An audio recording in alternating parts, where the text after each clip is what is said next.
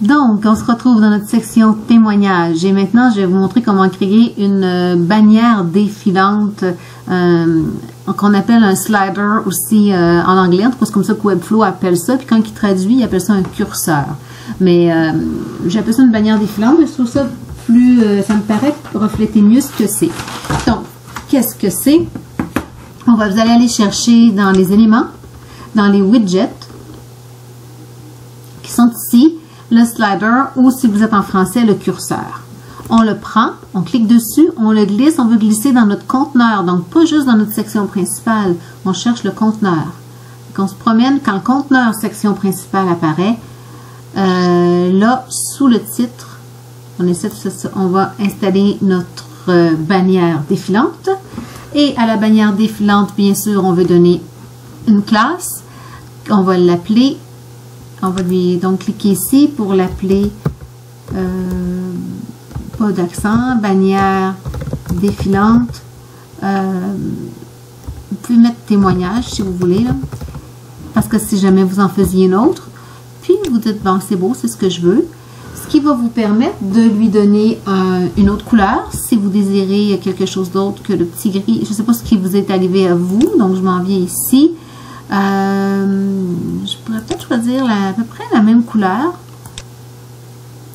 Peut-être que je peux m'amuser avec la transparence. En tout cas, il faut bien faire ce que vous voulez. Ça n'a pas tant d'importance. Je veux dire, c'est pas si grave le choix que vous en ferez. Et voici, on l'accepte. Est-ce qu'il y a autre chose que je voulais vous montrer? La hauteur, ben juste attirer votre attention que vous pourriez toujours changer les dimensions, mais que pour l'instant, quand on regarde automatiquement, lui, il faisait changer la hauteur de la bannière défilante dans le tutoriel où je vais, mais là, nous, on va fonctionner avec cette hauteur-là. On va se dire que ça nous convient. Deuxième chose qu'on va faire, on va mettre du contenu. Les blocs, dans les blocs, on se rappelle, on fonctionne toujours comme ça. Donc, notre témoignage va être composé d'une image, d'un texte, puis de la signature de l'auteur, donc 2 blocs de texte. Tout ça va tenir dans un bloc. On va aller donc chercher ce qu'on appelle le div bloc, ou bloc de division, ou je ne sais pas, en français, je ne me rappelle pas comment ils appellent ça, qui est dans les basics. Div bloc, c'est le premier. On clique dessus et on l'amène dans la bannière, dans le slide. OK? Et le voici. À ce div bloc, on va aussi aller donner un nom. On va l'appeler bloc témoignage. On reste toujours avec le mot témoignage parce que c'est la section témoignage, fait qu'on va être moins mêlé quand si on se retrouve avec différents blocs plus tard. Si vous avez plusieurs pages à votre site, vous allez mieux vous y retrouver. Donc, bloc témoignage. Et là, ce qui nous intéressait de faire, je l'avais déjà fait parce que ça fait déjà 2 fois que je me reprends, mais donc 70%. Fait que vous pouvez écrire 70% avec le clavier, mais assurez-vous que c'est pourcent et pas pixels, sinon vous allez vous demander pourquoi c'est si petit. Et on va le centrer aussi. Pour le centrer, à côté de votre bloc, là où il y a les marges puis le rembourrage, il y a ça ici, là. C'est pour centrer les éléments. Et quand vous cliquez dessus, ça le centre. OK? Donc, s'il n'est pas centré, allez cliquer ici. Et c'est ce qu'on veut faire pour l'instant avec notre bloc de témoignage. Maintenant, on va aller mettre dans le bloc une image. Donc, on retourne dans nos éléments. On s'en va dans Média. Vous vous rappelez, on clique sur une image, on l'amène à l'intérieur. Notre image, on va lui donner aussi une classe. Donc, on va l'appeler image témoignage. On va la centrer. Elle s'est retrouvée centrée automatiquement parce que je l'avais fait précédemment. Donc, on va la centrer ici. On lui donne une largeur de 200 pixels, donc 200 px. Si jamais c'est pas ça qui apparaît, transformez-le. Et là, votre image, je sais, la vôtre, elle est carrée, puis la mienne, elle est ronde.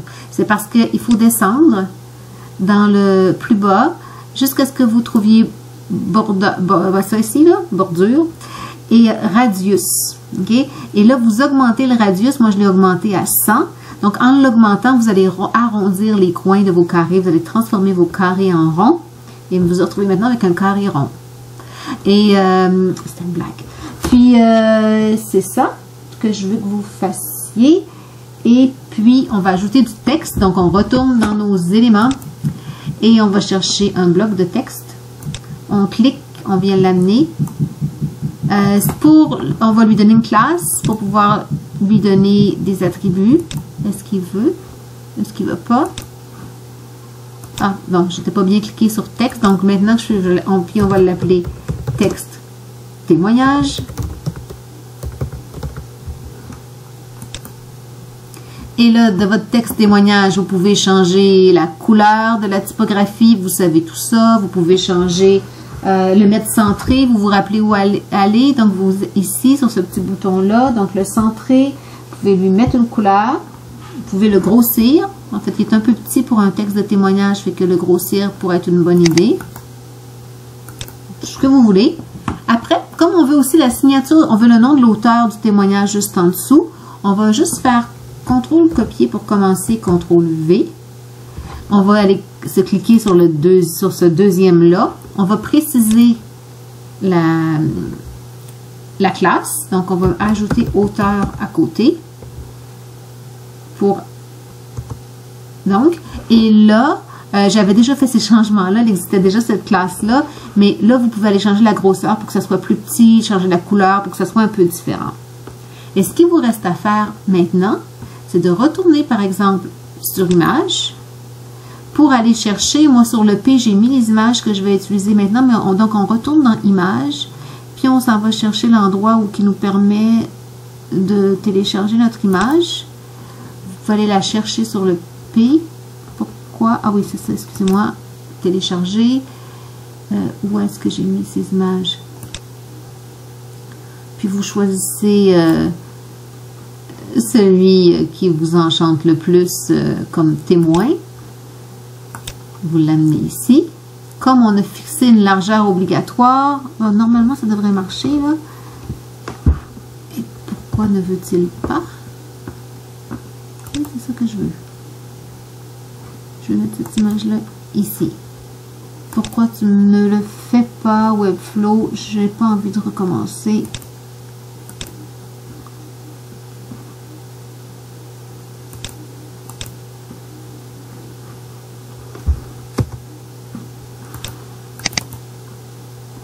Je vais aller par ici à ce moment-là, je m'excuse, là, on va reprendre, peut-être que ça va aller mieux. Donc, en double-cliquant sur Image, en le faisant ici, en disant ouvrir avant, c'est bien sûr. Bon, ça a marché par là, fait que faisons-le comme ça, ça ne doit pas être la même chose ici, j'imagine.